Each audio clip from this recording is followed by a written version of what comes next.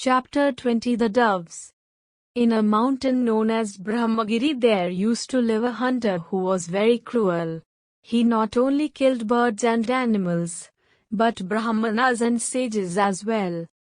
The hunter once went on a hunt. He killed many animals and birds and some he put in his cages. He had penetrated so far inside the forest that he was far from home. It became night and also started to rain. Hungry and thirsty, the hunter lost his way. He climbed up a tree and decided to spend the night there. But his mind kept going back to his wife and children at home. For many years a dove and its family had lived happily on that tree. Both the male and female had gone out to look for food. But although the male dove had returned to the nest, the female dove had not. In fact, the female had been captured by the hunter and was now inside a cage. The male did not know this. He mourned for his wife.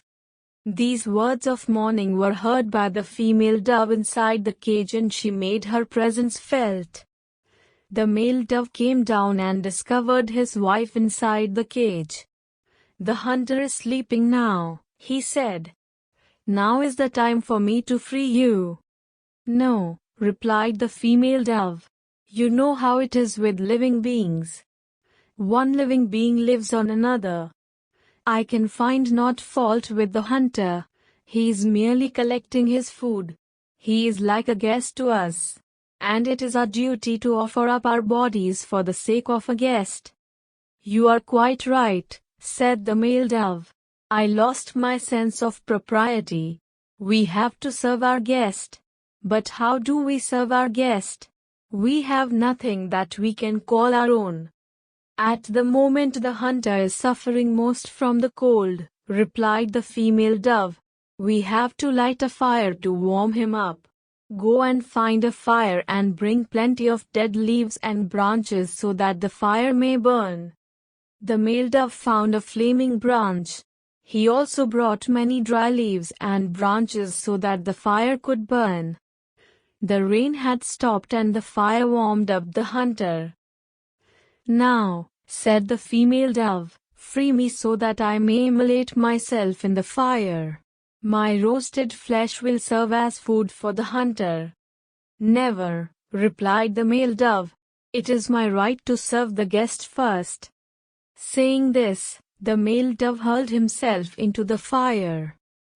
The hunter had heard the entire conversation and marveled that two doves could be so altruistic. The female dove now requested the hunter to free her from the cage. And as soon as he did this, the female dove also hurled herself into the fire. This selfless deed of the two doves was so wonderful that a space vehicle, Vimana, came down to take the two doves straight to heaven. The cruel hunter was also impressed and repented his past misdeeds. He told the doves, "You are indeed blessed. Before you go to heaven, please tell me how I may perform penance for my sins."